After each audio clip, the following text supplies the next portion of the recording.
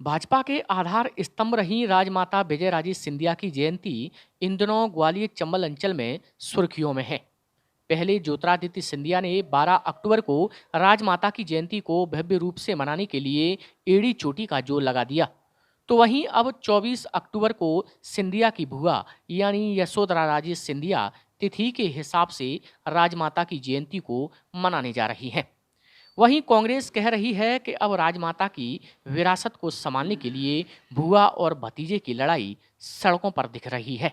सिंधिया जी पूर्व में तो कभी भी इस प्रकार के बड़े आयोजन नहीं किया करते थे, क्योंकि उन्होंने पहले उनकी मुझे लगता है रेस में आगे रहने की कुछ हैबिट है, आदत है। हर जगह कहीं पर अगर तोमर साहब किसी काम को प्रारंभ करवा देते हैं तो वो आके फीता काट जाते हैं, और इसी तारतम्य में मुझे लगता है कि उन्होंने तिथि से पूर्व ही राजमाता साहब के कार्यक्रम का आयोजन कराया, और अब चूँकि उनकी स्वयं की बुआ जी भी कार्यक्रम करने जा रही है, तो इससे स्पष्ट है कि प्रतिस्पर्धा जो है वो पार्टी से परिवार तक पहुंच गई। कहा जा रहा है कि 24 अक्टूबर के कार्यक्रम में केंद्रीय मंत्री नरेंद्र सिंह तोमर को यशोधरा राजे सिंधिया ने आमंत्रण भेजा है और उन्होंने स्वीकृति भी दे दी है। खास बात यह भी है कि चंबल की बीजेपी में ज्योतिरादित्य सिंधिया और नरेंद्र सिंह तोमर को प्रतिद्वंदी के तौर पर भी देखा जा रहा है। साथ ही राजस्थान की पूर्व मुख्यमंत्री वसुंधरा राजे सिंधिया भी कार्यक्रम में मौजूद रहने वाली हैं। नहीं, देखिए यशोधरा राजे जी तो हर बार ये जो करवा चौथ के दिन आती थी, वो यहाँ पर उनके माताश्री के समाधि के वहाँ पर कार्यक्रम होता था। वो हर साल से हो रहा है लगभग।